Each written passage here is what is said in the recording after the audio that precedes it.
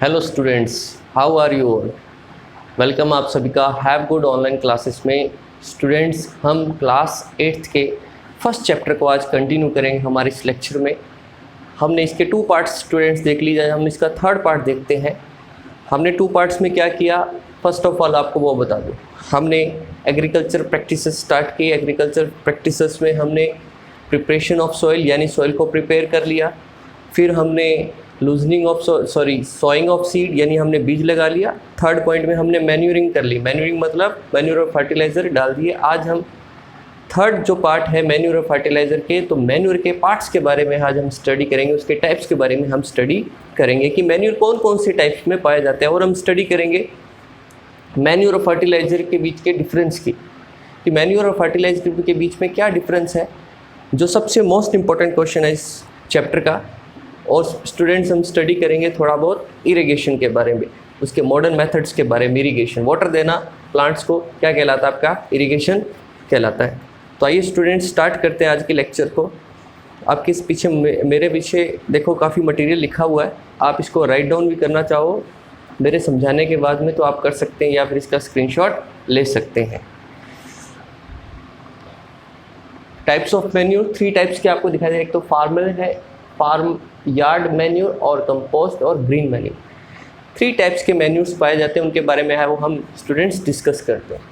It consist of cattle dung, urine, remains of straw, farm yard waste, all these are mixed and allowed to draw in sun.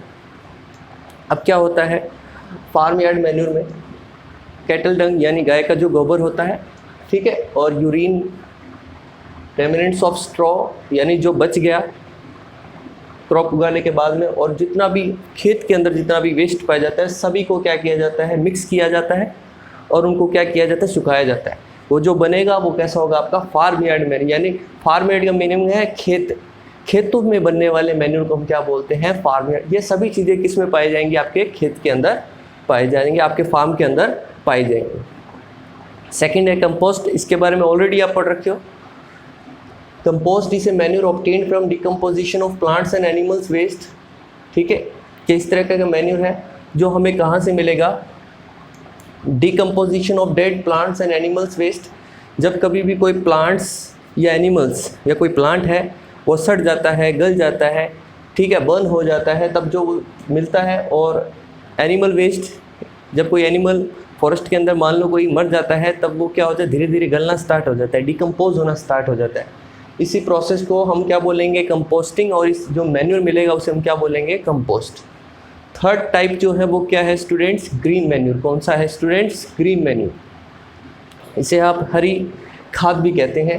It consist which are ploughed along with the soil, ठीक है। इसके अंदर कौन से आएंगे, वो चीज़ें आएंगी जो प्लॉइंग के वक्त क्या की जाती है, सॉइल के अंदर यूज़ की जाती है। जैसे मान लो ऊपर जो पड़ा है, चाहे वो ऊपर प्लांट्स जो पड़े हैं, कुछ लीव्स पड़ी हैं, जब आप क्या करते हो उसको प्लॉइंग करते हो, ओवरटर्न करते हो मिट्टी के अंदर, तब जो मैन्यूर बनता है उसे ग्रीन मैन्यूर। और ये ज़्यादातर कौन से होंगे, ल्यूमिनस प्लांट्स होंगे। ल्यूमिनस प्लांट्स कौन से होते हैं, पल्सेस, दाल वगैरह, ठीक है, वो सभी इसके अंदर आ जाते हैं। तो ये 3 टाइप्स के मैन्यूर हैं, इसको स्टूडेंट्स राइट डाउन कर लीजिए फटाफट। ये 3 टाइप्स का मैन्यूर बहुत ही इंपॉर्टेंट है।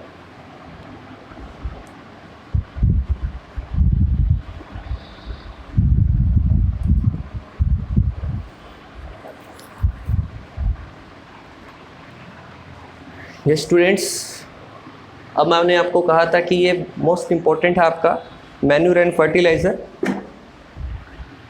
उसके बारे में डिफरेंस देख लेते हैं। काफ़ी इम्पोर्टेंट टॉपिक है आपका ये, मोस्ट इम्पॉर्टेंट, बहुत बार एग्ज़ाम में पूछा हुआ है। Right difference between manure and fertiliser, ठीक है। एक बात याद रखनी है, उसका वो अगर बात याद रखोगे तो काफ़ी मेजर जो डिफरेंस है वो आपके माइंड में क्लियर हो जाएगा। मैन्यूर जब भी वर्ड आए तो आपको याद रखना है ये कैसा होता है, नेचुरल होता है। कैसा होता है, नेचुरल होता है। और ये फर्टिलाइज़र जो होगा वो नेचुरल नहीं होगा, ध्यान रखना।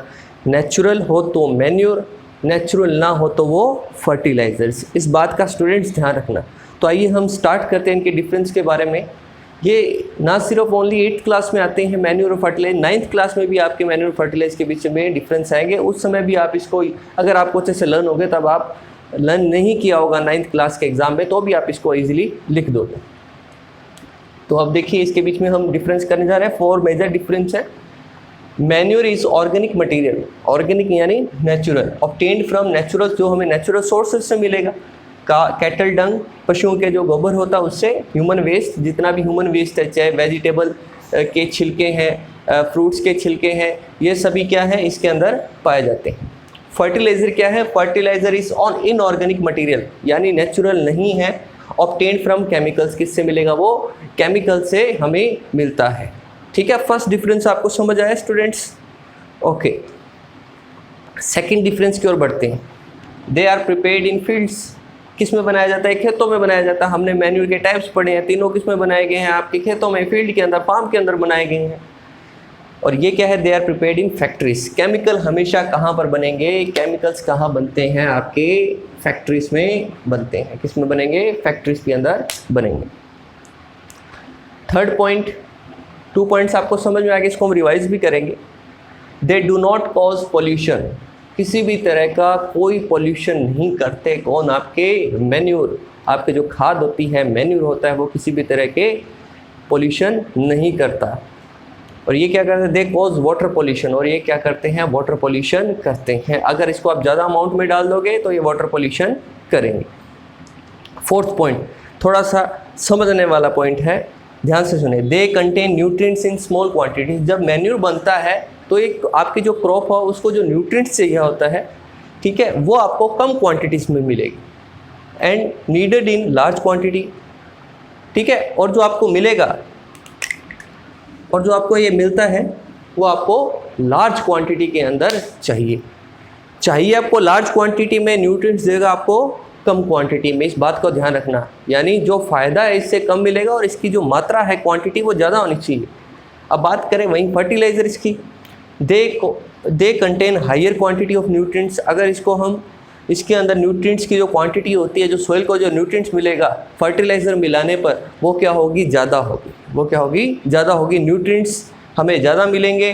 नीडेड इन स्मॉल क्वांटिटी, और इसकी मात्रा भी हमें क्या चाहिए होती है? थोड़ी चाहिए। अगर हम ज़्यादा डाल देंगे तो आपकी क्रॉप वेस्ट हो जाएगी, तो इसकी जो अमाउंट चाहिए होगी वो भी आपको क्या होगी? कम अमाउंट में चाहिए। 2 टाइप्स के ऑफ फर्टिलाइज़र आपको याद रखने हैं। NPK याद रखना students, nitrogen, phosphorus, potassium. Nitrogen, phosphorus, potassium एक तरह का क्या है? फर्टिलाइज़र है। और CAN carbon ammonium nitrate, carbon ammonium nitrate, ये एक तरह का क्या है? आपका फर्टिलाइज़र है। ये 2 टाइप्स के फर्टिलाइज़र के नेम्स याद लिखने, मैं आपको लिख देता हूँ।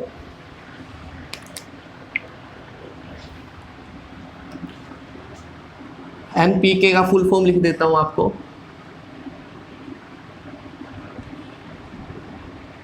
Nitrogen, phosphorus, potassium. N for nitrogen, P for phosphorus और K फॉर पोटेशियम। याद रखना इसमें। अब ये दूसरे वाला CAN, carbon ammonium nitrate, CAN। ये 2 फर्टिलाइजर्स के स्टूडेंट्स नेम याद रखने आपको जो यूज़ होते हैं। ओके स्टूडेंट्स, तो ये मेन फर्टिलाइज़र और मैन्यूर के बीच में डिफरेंस हो गए। अब हम स्टडी करते हैं हमारे इरिगेशन। उससे पहले आप इसको फटाफट राइट डाउन कर लीजिए।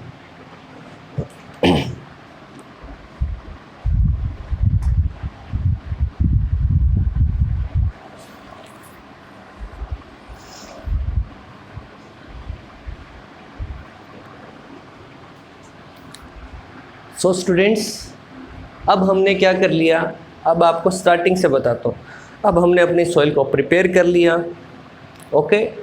अब फिर हमने बीज भी लगा लिए, सोइंग ऑफ सीड भी कर लिया, फिर हमने उसके अंदर मैन्यूर और फर्टिलाइज़र भी डाल दिए। अब जो टर्न है वो इरिगेशन की है, यानी अब आपकी क्रॉप को वाटर देने का टाइम आ गया है। ठीक है, वाटर देने का टाइम आ गया है, उसको हम बोलते हैं इरिगेशन।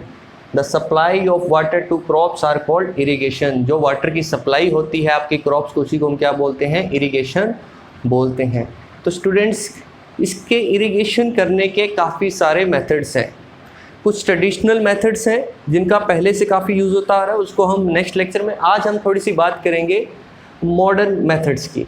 किसकी बात करेंगे स्टूडेंट? मॉडर्न मेथड्स की बात करेंगे। इसको इन दोनों के बारे में थोड़ा सा आपको समझा देता हूँ। स्प्रिंकलर सिस्टम, आपने जब भी कभी रेन होती है, आप देखना सभी जगह पर इक्वली रेन होगी। ऐसा नहीं है कि इस वाले एरिया में कम रेन होगी, इस वाले एरिया में ज़्यादा रेन होगी। एक तरफ से ड्रॉप रेन की जो जैसे शावर पड़ती है ना, वैसे शावर पड़ती है आपके क्रॉप के ऊपर। क्रॉप के ऊपर क्या पड़ेगी? आपकी शावर पड़ेगी किसकी? वाटर की।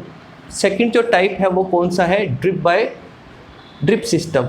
सेकंड जो सिस्टम आपका है क्या है? Drip system.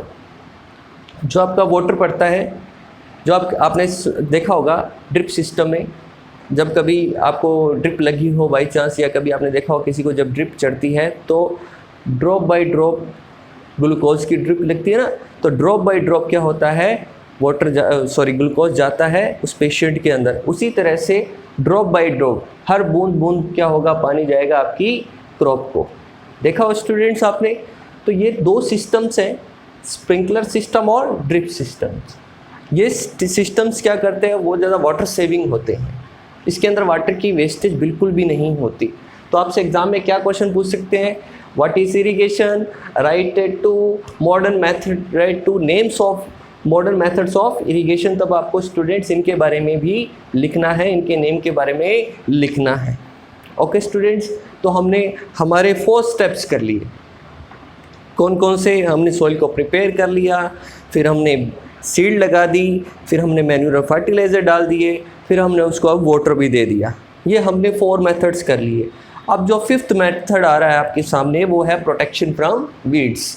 यानी आपको आपकी जो क्रॉप है उसको किससे बचाना है? वीड से बचाना है। वीड को मैंने ऑलरेडी बताया हुआ स्टूडेंट्स, वीड्स क्या हैं? अनवांटेड प्लांट्स हैं जो आपके प्लांट्स के साथ में ग्रो कर जाते हैं, जिसको आपने नहीं उगाया, वो अपने आप उग गए। ठीक है, जो आपने कभी नहीं चाहा कि वो उगे। आपने देखा होगा कई प्लांट्स के साथ में कांटे वगैरह ग्रो कर जाते हैं, वो आपने नहीं उगाए। वो क्या करेंगे? जितने भी न्यूट्रिएंट्स आपके प्लांट्स को चाहिए, आपकी क्रॉप को चाहिए, सारे के सारे न्यूट्रिएंट्स वो ख़त्म कर जाते हैं। वो एनिमी होते हैं, वो सारा का सारा आपकी क्रॉप को वेस्ट कर देंगे। तो उसके बारे में हम डिटेल के अंदर नेक्स्ट लेक्चर में पढ़ेंगे। आज थोड़ा सा हम इसका रिवीजन कर लेते हैं। फर्स्ट ऑफ ऑल आप सभी इसको जितना लिखवाया इसको राइट डाउन कर लीजिए।